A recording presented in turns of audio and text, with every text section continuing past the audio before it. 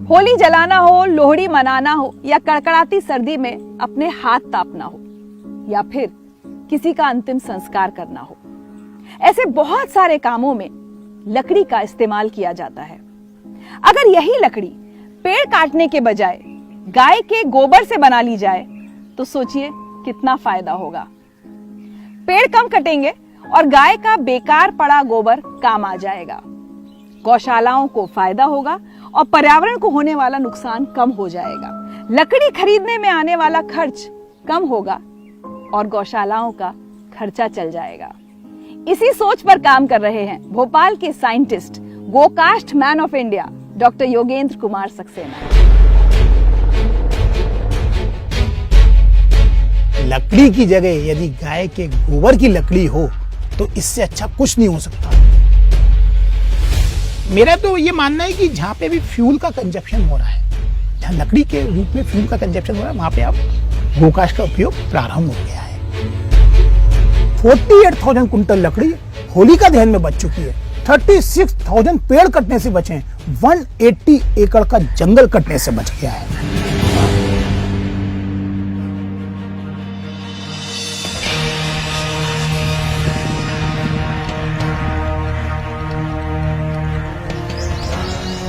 पेशे से scientist doctor Yogendra Kumar Saxena ने गोबर से लकड़ी बनाने और उसको जलाने के लिए शमशान घाटों तक पहुंचाने को अपनी जिंदगी का मिशन बना लिया है।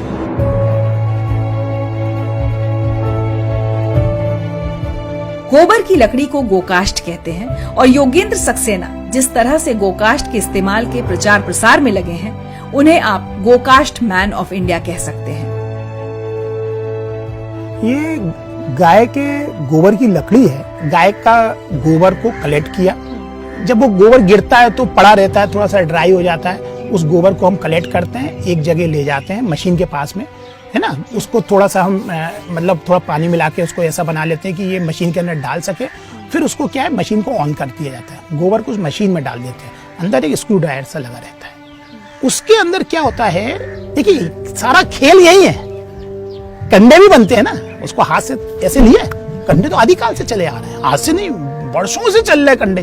उसको ऐसे ऐसे थोपा, कंडे रख दिए। लेकिन इसमें क्या होता है कि गोकास्ट में क्या होता है कि गोबर को अंदर मशीन में डालने के बाद उसको कंप्रेस करते हैं। वो खूब कंप्रेस करते जाते हैं और उसके बाद वो लॉक्स के रूप में बाहर निकलता है, जिसको कि गाय के गोबर की लकड़ी गोकास्ट बोला जाता है। देन उसको उठाने के बाद उसको हम सन ड्राई कर लेते हैं और सन ड्राई करने के बाद वो 4 से 5 दिन के अंदर वो बिल्कुल तैयार हो जाती है जाने के लिए। गाड़ी में उसको लोड किया जाता है और शमशान घाट में बेच दिया जाता है। क्या फायदे हैं गोकास्ट के?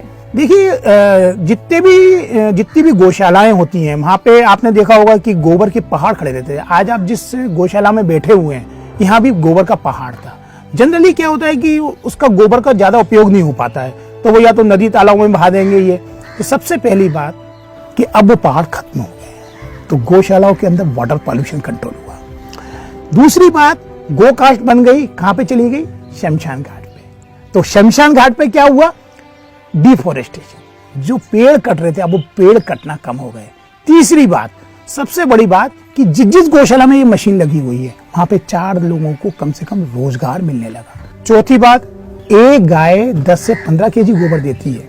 आप देखते होंगे रोड पे गाय घूमती रहती है। चूंकि गोकास्ट बनाने के लिए गोबर की जरूरत है, तो अब वो क्या करने लगे, जो रोड पे गाय घूम रही है उनको भी पकड़ के अपनी गौशाला में लाने लगे। तो ये साक्षात एक प्रकार से ये कहिए कि उनको भी एक खाने पीने की सुविधा हो गई। और देखिए, आपको मैं एक छोटा सा डाटा बताऊं, जो ये भोपाल का गोकास्ट मॉडल है, अभी तक पिछले 3 साल में 96,000 कुंटल लकड़ी अंतिम संस्कार में बच चुकी है। 48,000 कुंटल लकड़ी होली का दहन में बच चुकी है। 36,000 पेड़ कटने से बचे हैं। 180 एकड़ का जंगल कटने से बच गया है। पांचवी बात यह है कि हमने एक एक्सपेरिमेंट किया है एयर पॉल्यूशन। हमने गाय के गोबर की जो लकड़ी है गोकास्ट, इसको जलाया कंट्रोल इन्वायरमेंटल कंडीशन के अंदर। हमने लकड़ी को जलाया कंट्रोल इन्वायरमेंटल कंडीशन के अंदर।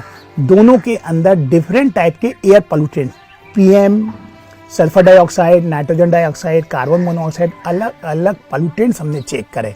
तो मैं बताऊं, ये पूरी की पूरी एक रिपोर्ट है, इसमें ऐसा नहीं है, ये डॉक्यूमेंटल प्रूफ है। तो आप ये देख सकते हैं कि जो पीएम की वैल्यू है वो 43.90 गोकास्ट से कम हो गया। कितनी बड़ी बात है, मतलब एयर पॉल्यूशन कितना कम हुआ। आप आ जाइए SO2 55.18% कम हो गया। सल्फर डाइऑक्साइड नॉक्स पे आ जाइए 14.96% कम हो गया गोकास्ट में उसको जलाने पे। कार्बन मोनोऑक्साइड 24.80% कम हो गया। अब आपके मन में आ रहा हो ये क्यों कम हुआ, वो उसका रीजन ये है कि सबसे बड़ी बात कि हमने इसमें अप्रोक्सीमेट और प्रॉक्सिमेट एनालिसिस भी करी।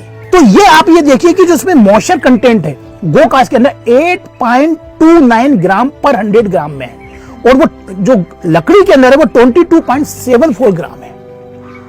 तो मॉइस्चर कंटेंट लकड़ी के अंदर ज्यादा होने से उसमें कंप्लीट कंबशन ऑफ फ्यूल नहीं होता है, इसलिए CO का परसेंटेज बढ़ रहा है।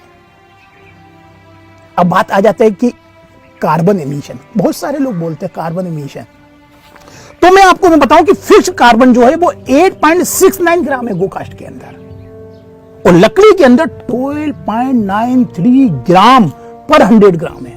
और दूसरी बात अल्टीमेट एनालिसिस के अंदर जो कार्बन है वो 25.63 है गोकास्ट के अंदर, लेकिन लकड़ी के अंदर 35.25 ग्राम है। अगर हम ओवरऑल अगर एनवायरमेंट की बात करें तो गोकास्ट से जो एयर पोल्यूशन है वो 35% रिड्यूस हो गया है।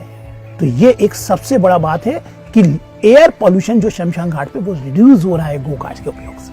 एक बात मैं और बताना चाहूंगा आपको कि जब हम गोकास्ट से अंतिम संस्कार करते हैं तो 4 से 5 घंटे के अंदर पूरी बॉडी जल जाती है, और वो लकड़ी से जब हम अंतिम संस्कार करते हैं तो 8 से 9 घंटे लगते हैं अंतिम संस्कार करने में पूरी बॉडी का।